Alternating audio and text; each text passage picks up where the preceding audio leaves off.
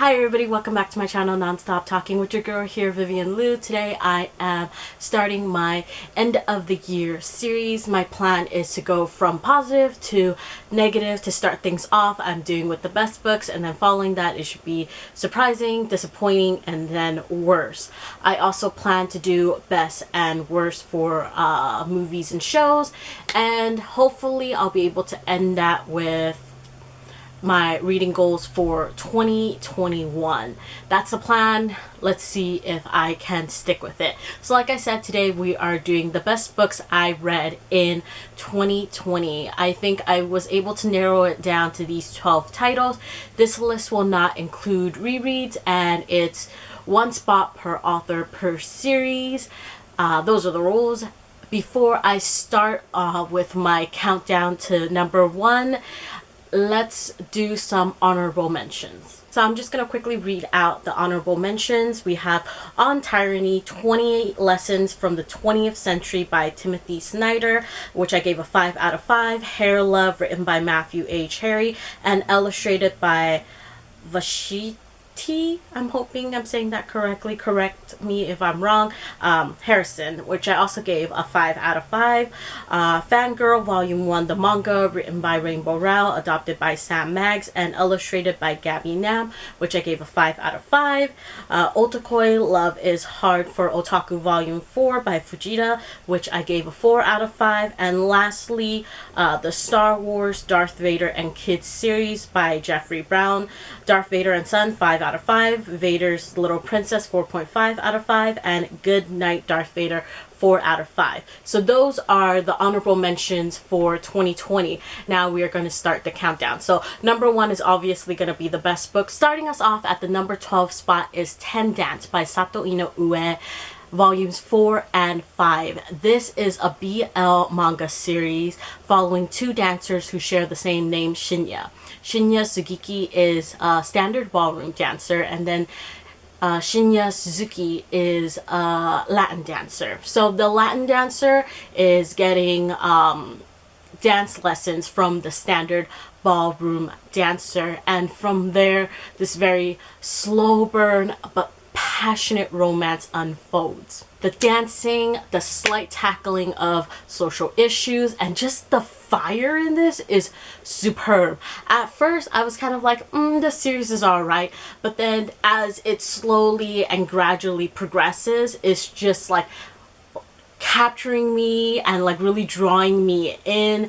And around volumes 4 to 5 we finally get some progress with our main relationship, and I'm just hooked and I need more. I want more, I need more, and that's why this is starting us off at the number 12 spot. At number 11 is I Want to Eat Your Pancreas, Kimi no Suizo o Tabetai by Yoru Sumino.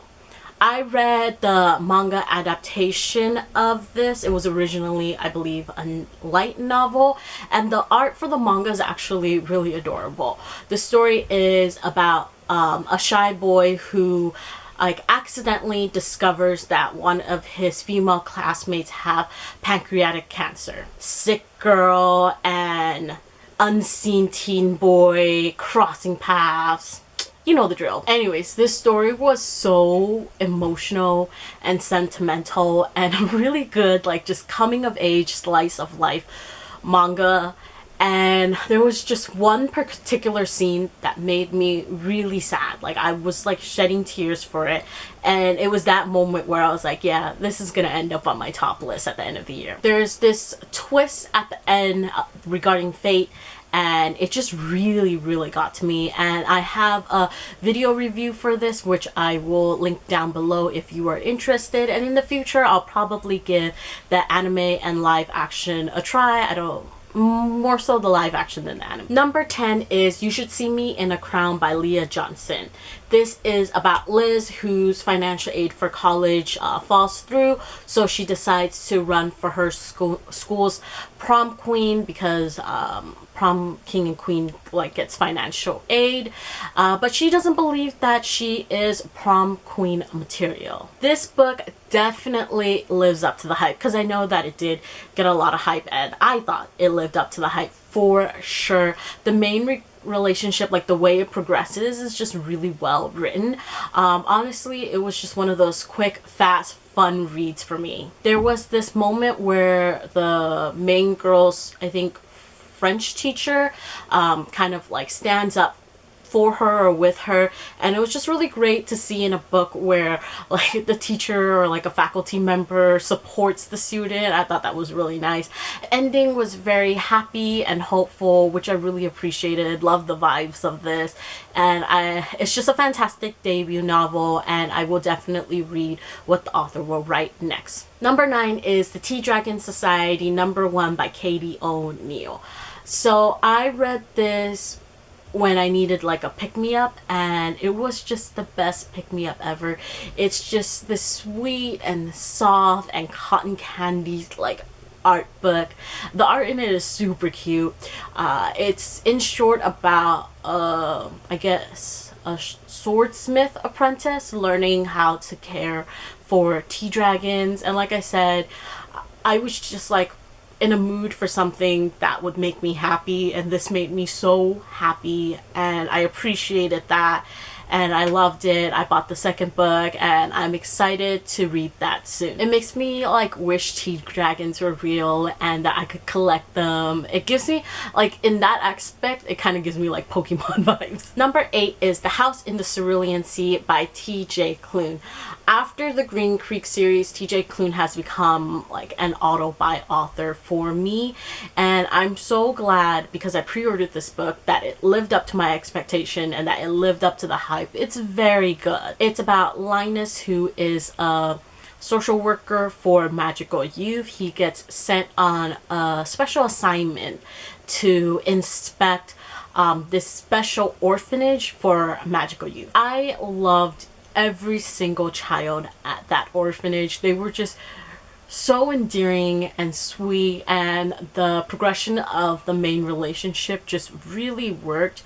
And this book just has such a good like lesson to learn, and it was so adorable. But yeah, honestly, don't judge people by their appearance or by their birth, and this heartwarming tale just teaches people to be loving and be caring, and I think that's just a fantastic message to spread. Number 7 is Educated by Tara Westover. So this is an autobiography. Tara Westover was born to survivalist parents, and she didn't step foot inside a classroom until the age of 17, and this is kind of her story and journey of how she ended up obtaining a PhD. I originally had no interest in picking up this memoir when it first came out and was getting a ton of buzz, and it felt like everyone was reading it.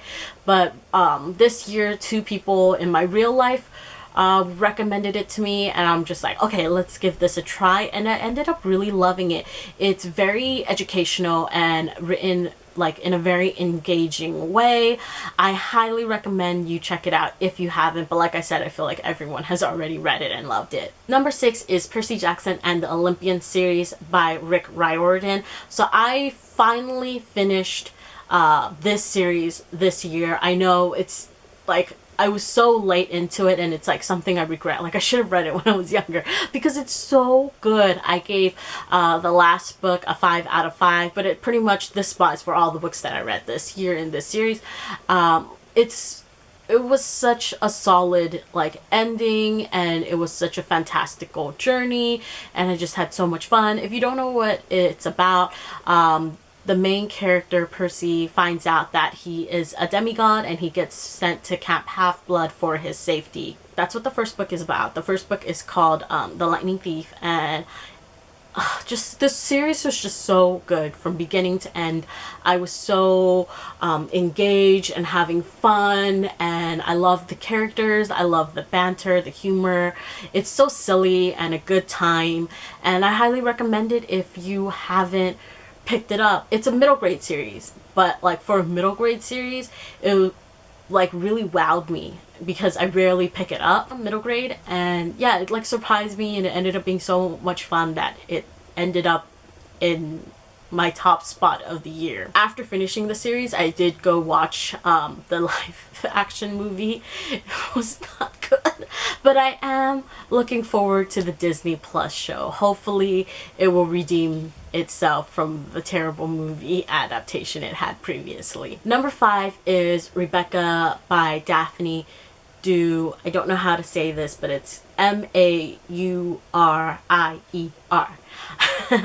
I listened to this as an audiobook in preparation for the Netflix movie. I don't recommend the audiobook. The narration didn't work for me, but even like with that, the story was just so good. It really wowed me. And like now I'm kind of like holding off on the Netflix adaptation because I haven't really heard good things about it. But the story is about a young woman who meets a man that's a little bit older than her, and they get married, and she moves into his estate Matterly, and at the estate there's still like lingering traces of his deceased wife Rebecca. I love that the main character doesn't get a name, because in comparison to Rebecca, she is such a nobody. And I love that. I think the twist at the end worked really well. I really liked the conclusion. Just everything about this really worked for me. And I did pick up a few classics this year. It was a goal of mine to read more classics this year. And I'm glad that like some of the classics that I picked up this year really like surprised me, and I really enjoyed them, and this was one of them. Number 4 is The Devil All the Time by Daniel Ray Pollock. Don't watch the Netflix movie for this because it doesn't like show you how good the book is, because it like damages the vibes of the book. I mean, watch it if you want to, but the book is so much better. The movie just like it lost its essence, I think. But yes, the book, it has such great eerie small town vibes.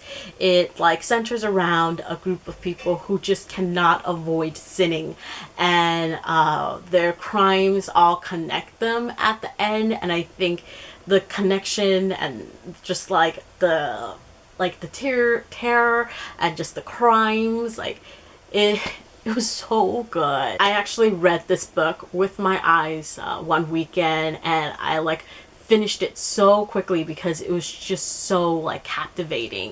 And I'm just like, what's gonna happen next? What are they gonna do next? It was really, really, really good. The plot, the characters, the setting, freaking magnificent. Highly recommend. Number 3 is The Outsiders by S.E. Hinton. This was not required reading for me back in the day. I don't know what I read instead of this, but I think it would have been a really good choice. I think this would have been a really good book to pick up as a teen. I think teens nowadays could probably still relate to this, which just proves how timeless and classic this story is. I really enjoyed the social commentary, and I was actually surprised when I finished it, like at the end, how much I ended up enjoying this. This is about a 14-year-old pony boy. He is a greaser, and there's like conflicts between greasers and shosh in this world, and it's kind of like a rich and poor like dynamic. The one day they like Ponyboy and his friend encounter a situation with the shosh, and something happens that changes his and his friend's life forever. This was really good, really moving. Like I said, really good like character study, social commentary. The characters in this, they're also like, they all deserve so much more, you know? So yeah, if you didn't read this as required reading, I would recommend that you check it out. If you did, like reread it as an adult, like it's so good. Oh, we are in the top 2 right now. This is actually really hard for me. I like went back and forth a little bit between these 2 books, but I think this choice for who's 2, who's 1 is good. It's solid. But yes, so number 2 is Broken by Nicola Hacken. This is a male contemporary romance that had me sobbing. I was like just like holding to my Kindle on the bed and just crying. And I think with just how profoundly it affected me and like all the emotions it gave me, I like at the moment after I finished this, I was like, this might be a top competitor, like top contender at the end. And here it is at number 2. It's about Theodore, who is the newest employee at Holden Publishing. He doesn't know that at the club one day he actually had like restroom sex with his now boss James. James like can't stop thinking about Theodore, but he also doesn't think he's good enough for him because of reasons. I have a friend who had a really hard time with depression, and just reading this, like, it made me think of her in ways, and it just made me so sad at times. But I think like the feelings that this book dredged up, like it did it in such a, like, I don't, it's not like it did it in such a good way, but it did it in a way where like I understood it and I felt like it understood me. Do you get it? I don't know. There were just moments where I felt like my heart was just being stabbed because I related it to it so much, and it felt very authentic to me. And there were like moments where I would just be like reading it and I'll still like hold it, but I needed to just like take a break and like for it to be quiet so I could just be with my thoughts for a bit. I don't think like, you know, romance is a genre for everyone, so I'm not gonna be like I highly recommend this, but I think for, and you know, trigger warnings and stuff, but I think for me it just connected with me and made me so sad, and it became so memorable for me. And that's why it's number 2. So at the number 1 spot, it's technically 2 books. But this number 1 spot is pretty much reserved for this author, and that's why it's number 1. So this year I read both On Earth We're Briefly Gorgeous and Night Sky with Exit Wounds by Ocean Vuong. Ocean Vuong needs to be protected at all costs.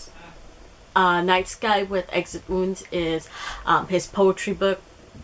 On Earth We're Briefly Gorgeous is his debut novel, and they're just really like eloquently and beautifully written. He just has such a way with words, and it's just, I do recommend that you check out the audiobook for On Earth We're Briefly Gorgeous because it's narrated by him, the author, and his voice is just this like very soothing and like really beautiful articulate voice, and it's just so nice to listen to. Like I've YouTubed his name and like watched his poetry readings and watched his interviews, and his voice is just equally beautiful to his writing. I follow this author on Instagram now, and honestly, he is definitely an autobi author. I will read whatever he publishes next because, like I said, it's just, his writing is just so